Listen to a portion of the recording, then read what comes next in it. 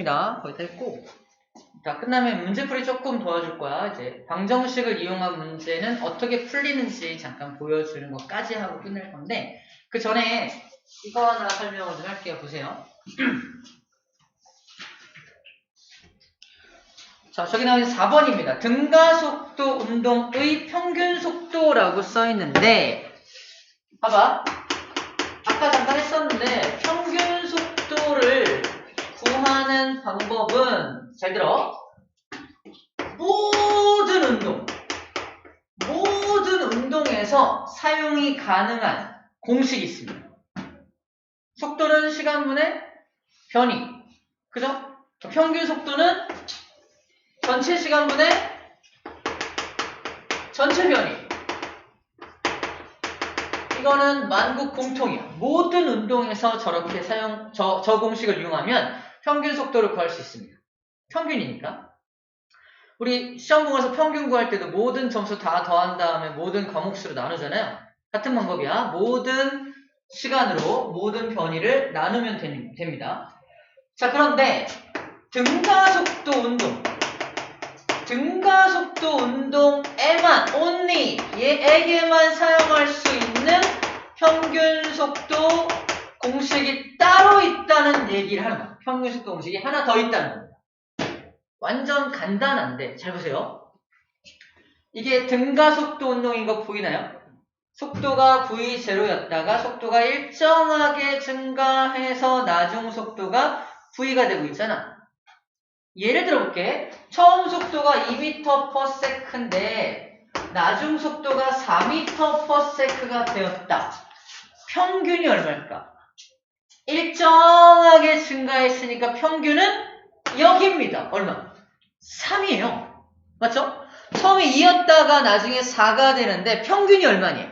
가운데잖아, 가운데. 일정하게 속도가 증가했기 때문에 그 절반, 딱 가운데 값이 평균 속도입니다. 맞나요? 야, 평균 속도 3m/s지. 너 어떻게 알았어? 구하는 방법은 처음 속도하고 나중 속도를 더한 다음에 뭐로 나눠? 그냥 2로 나누면 돼요.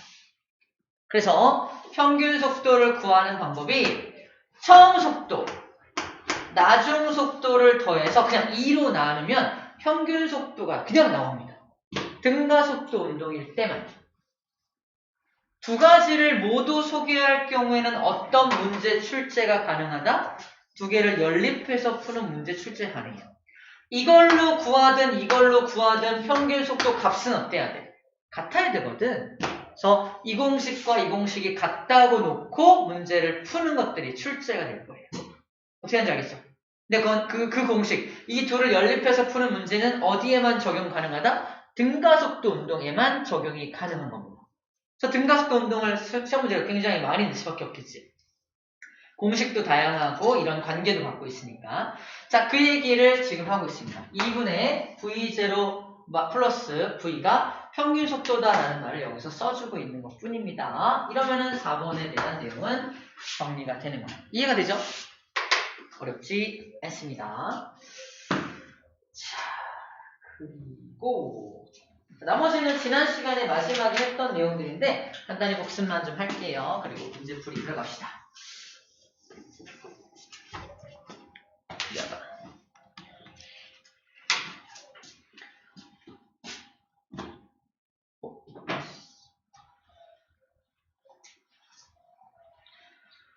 자, 저번에 봤던 등속 원운동입니다. 보이나요? 등속 원운동. 등속 원운동의 특징이 뭐였냐면 운동 방향에 대해서 항상 중심 방향으로, 항상 수직 방향으로 힘이 가해져서 운동 방향만 바뀌고 속력은 바뀌어 안 바뀌어? 안 바뀌어. 속력은 바뀌지 않는 그런 운동을 등속. 속력이 일정해. 하지만 운동 방향은 계속 바뀌어라는 뜻으로 원 운동해라고 표현하고 있는 거야.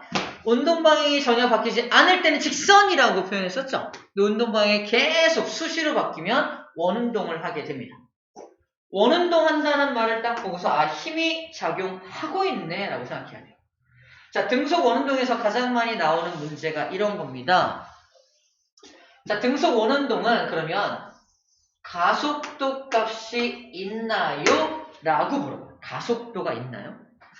우리가 흔히 아는 가속도는 뭐야? 속도가 빨라지거나 속도가 느려지면 가속도 운동하는 거죠. 얘는 어때요? 속도가. 다시 속력이 어때요? 일정하죠. 하지만 속도는 어때요? 0이라고? 아, 제자리 돌아오니까? 하다 멈추면 제자리 아닌데? 잘 봐. 얘는 속도는 변하고 있습니다. 기억납니까? 속도란 무엇을 포함한 물리량이다? 방향성을 포함한 물리량이기 때문에 얘는 방향이 계속 바뀌죠. 그러므로 속도는 계속 바뀌고 있는 거야. 속도가 바뀌니까 가속도 운동이 맞나요? 맞습니다. 속도가 더해지고 있는 거 맞아요. 속도가 바뀌고 있는 거 맞습니다. 그러므로 얘는 가속도 값을 가집니다. 다시 말해서 등속 원운동, 완전 등속 때문에 속아. 등속이니까 속력은 일정하잖아. 하지만 속도는 바뀌고 있다는 얘기를 하고 있는 거예요. 속도가 왜 바뀌어? 방향이 바뀌잖아요. 속도는 방향성을 포함한 개념이거든. 이라고 말해주면 됩니다. 속도가 바뀌니까 무슨 운동이다? 가속도 운동이다. 속도가 바뀌니까 얘는 가속도 운동입니다. 그래서 가속도 값을 가지게 되겠죠. 지금은 가속도가 얼마인지를 구하지는 않겠지만 가속도를 가진다는 거 충분히 알 수가 있고요. 또 우리가 알고 있는 가속도 공식에 의해서 유추해 볼 수가 있습니다. 가속도 두 번째 공식 기억납니까? A 는 n분의 F. 힘이 가해지고 있다면 가속도도 있는 거야, 없는 거야? 있는 거야. 저 물체에게 지금 힘이 가해지고 있나요? 오! 중심 방향으로 힘이 가해지고 있잖아. 가속도가 있는 거라니까. 이해돼요? 왜 가속도가 있는지를 두 가지 경우로 증명해 준 거야. 속도가 계속 바뀌니까 가속도 운동이야. 두 번째, 힘이 가해지고 있잖아. 그러니까 가속도 운동이야 라고 쌤이 증명해 주고 있는 겁니다. 이게 가속도 운동이 맞아요. 그래서 가속도 운동 맞네. 등속 원운동도 가속도 운동이라는 것까지 알고 넘어가면 되겠습니다. 어디 보자. 여기 써있다. 가속도 운동이다 라고 분명히 적혀 있습니다. 등속 원운동 가속도 운동이다 라고 분명히 적혀 있어요. 저게 왜 가속도 운동인지에 대해서 쌤이 지금 설명해 준 것 뿐입니다. 자, 됐고요. 그 다음에 진자운동과 포물선 운동. 자, 진자운동 같은 경우는 여기를 A점, 여기를 B점, 여기를 O점이라고 한다면, 자, 얘가 처음에 여기 O점에 있던 걸 쭉 당겨서 A까지 한 다음에 손을 딱 놓으면, 그죠? 여기서 일로 오는 동안에 속력이 점점 빨라지겠죠? 빨라지는 이유가 뭐랬죠? 운동하는 방향과 얘한테 작용하는 힘의 방향이 어떻다고요? 얘가 각이 좁으니까 저 운동을 도와주는 방향으로 작용해서 속력이 점점 빨라진다라고 했었고요. 5점을 지나서 올라가는 동안에는 속력이 점점 느려집니다. 이유는 뭐죠?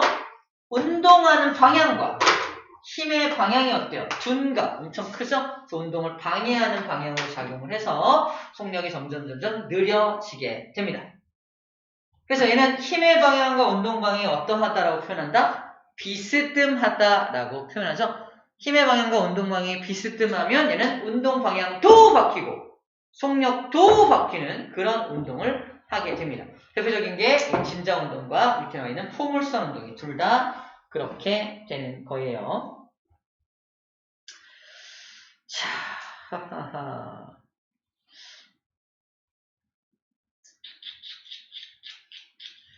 네, 1학년 때 했던 거가 나오는데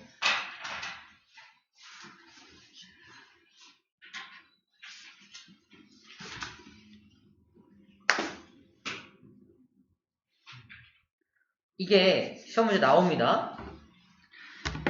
아이고, 뭐야.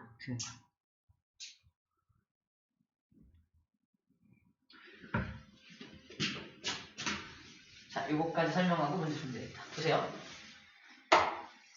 어떤 상황이냐면 내가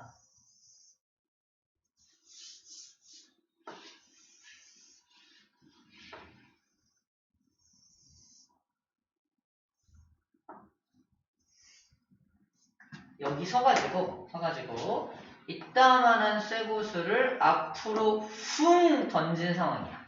앞으로 훅 던진 상황입니다. 저 구슬 어떻게 돼요? 훅 떨어질 거 아니야? 그지? 훅 떨어질 거야. 그럼 내 손을 떠난 A라는, 내 손을 떠난 저 A라는 녀석은 힘을 받나요? 받죠? 중력 받아, 중력. 중력이라는 힘을 받아요. 자, 중력이라는 힘은 어느 방향으로 작용합니까? 밑에 방향. 다시 말해 잘 봐. 내가 지금 노란색으로 표현한 건, 구분해야 돼. 노란색으로 표현한 건 수평 방향 속력입니다.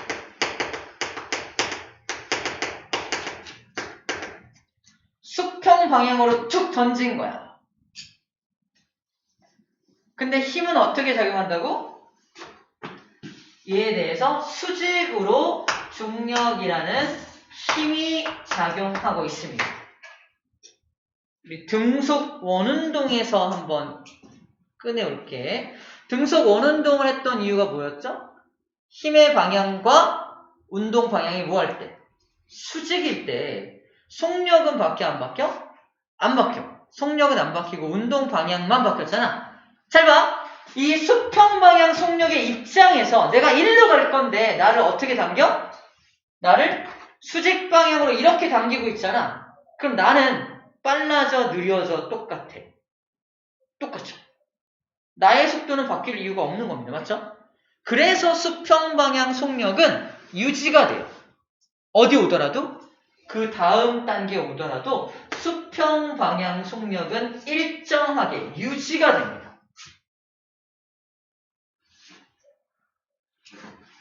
자, 무슨 얘기를 하고 싶은 거냐면 내가 물체를 툭 던지면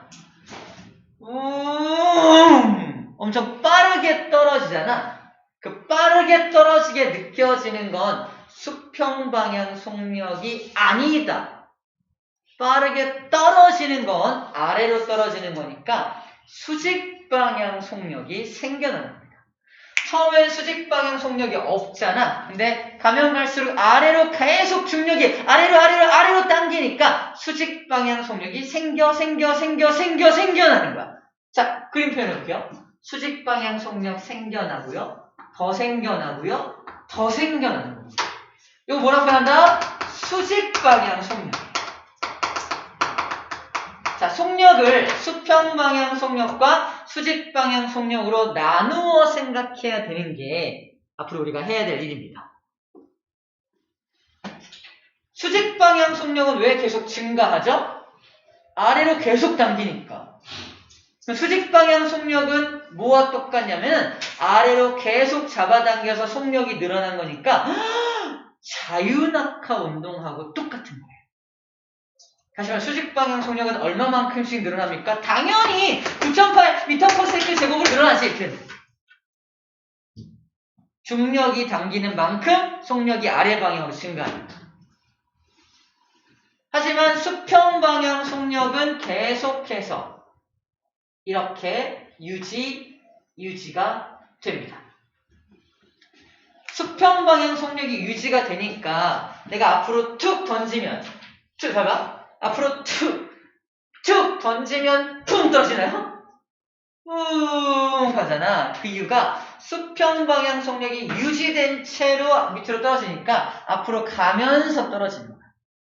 수평 방향 속력이 일정하게 유지되는 이유는 수평 방향 속력의 방향과 얘를 잡아당기는 중력의 방향이 항상 수직이니까.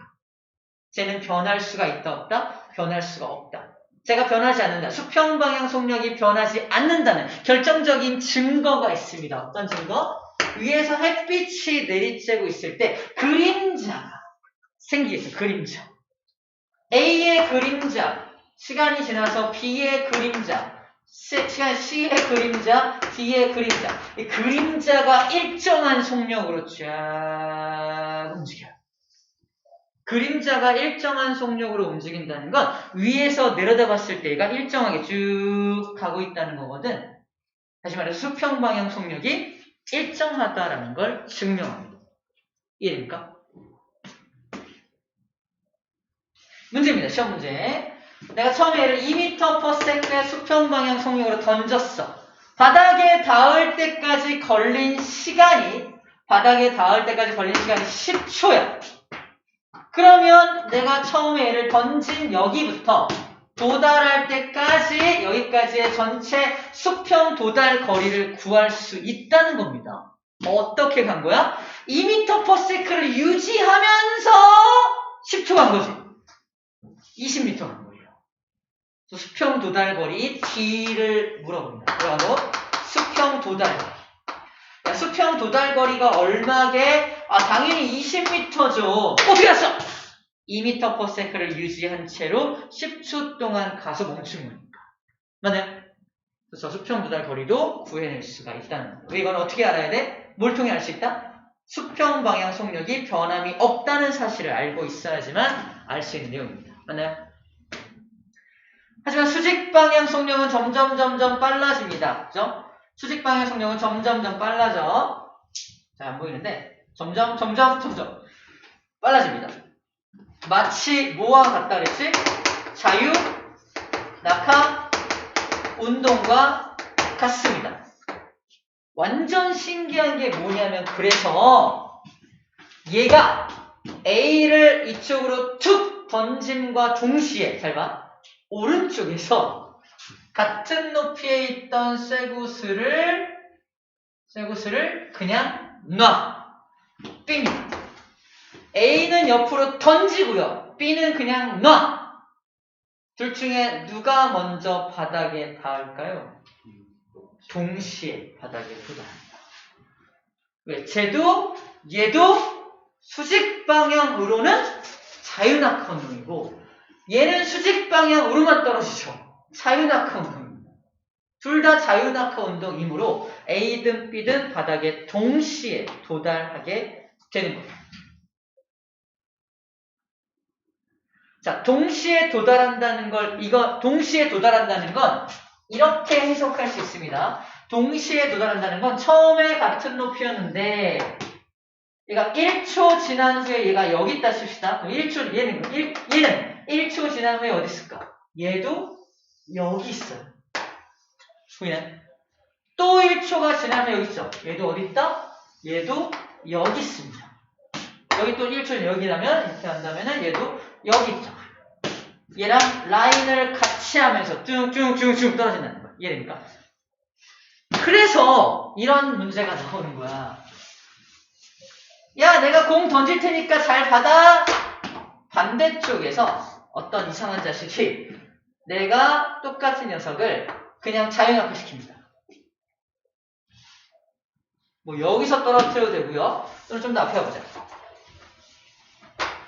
좀 더 앞에 와서 여기 와서 여기서 어떤 똑같은 물체를 똑같은 높이에서 자유낙하 시켜.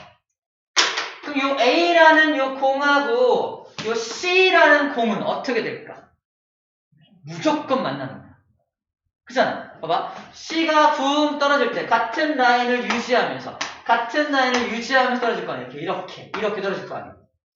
그럼 어디선가 요쯤에 왔을 때는 얘가 여기 올 때 얘도 여기 올 거 아니야. 그치? 만나게. 두 공은 무조건 부딪힐 수밖에 없다는 거야. 자, 시작한다. 시작! 할 때 쟤도 탕! 놔. 여기서 어디선가 만날 수밖에 없다는 얘기를 하는 겁니다.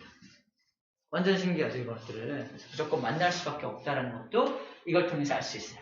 자, 그리고 문제 풀 때 가장 많이 나오는 게 여기서 수평 방향 속력과 수직 방향 속력을 너 구분할 수 있니? 그래서 수평 도달 거리 구할 수 있니? 그리고 얘가 자유낙하 운동처럼 연직 방향, 수직 방향 떨어질 때 옆에다 놓은 물체도 같이 떨어지는 거 이해할 수 있니? 이런 걸 물어본다는 거죠.